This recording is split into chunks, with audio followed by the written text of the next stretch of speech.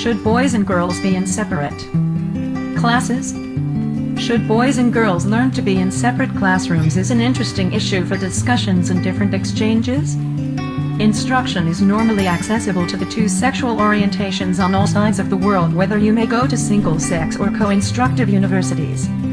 Various individuals think that understudies ought to be taught with different encouraging strategies as per their sex discrimination. Many individuals accept that young men and young ladies don't require being instructed in independent homerooms for the reasons that solitary when they remain in the study halls. Will more thoughts become a show, and will they be increasingly specially made to the general public they are interfacing later on? Looks into have discovered that children achieve top outcomes in single-sex classes than in co-ed classes. It is discovered that kids and young ladies' cerebrums do work in divergent modes. Accordingly, they study in an alternate manner. Young ladies are progressively dormant students, and like the looks into shows, they are normally great visual and sound-related students and breeze through without a hitch with heaps of class talks and outlines. Young men are increasingly dynamic students, and they require learning by doing.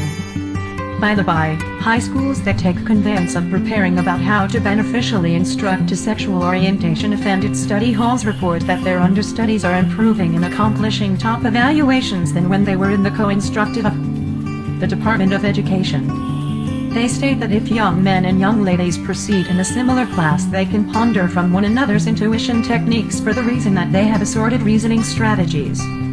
Young men and young ladies ought to be educated in the equivalent study hall for helpful reasons. At the point when understudies finish up their examinations, at last, they require joining the workforce. In the working spot, regardless of an office, a social administration focus or a business association, one every now and again works with the contrary sex.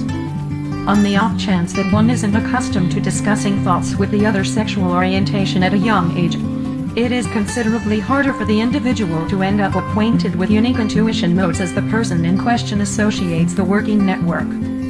Thus, it is fundamental for young men and young ladies to consider in the comparable study hall.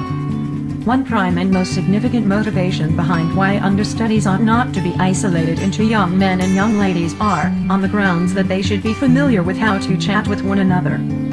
They ought to be shown deference and bolster themselves, which will be compulsory for the further existence of the youngsters. Having young men and young ladies in the comparative class should demonstrate the best approach to better conduct. The young men will be increasingly respectful and less boisterous, and the young ladies will concentrate to be less bashful. Conceivably, the more noteworthy reason young men and young ladies do well when estranged is only that the various genders are slanted to have assorted students' learning styles that can be best found just as investigated in discrete study halls. Supporters of sexual orientation isolated study halls concede that tossing young ladies in a single room and young men in another don't mean everybody's evaluations will precisely show signs of improvement. The key is to know about center requirements in learning styles and to try exercise designs that give to the single genders. Young men and young ladies ought not to be in discrete classes for the reason that they will end up being companions with one another, which not just helps them in their private schools and routine life, yet additionally in their life after the school. Thank you so much.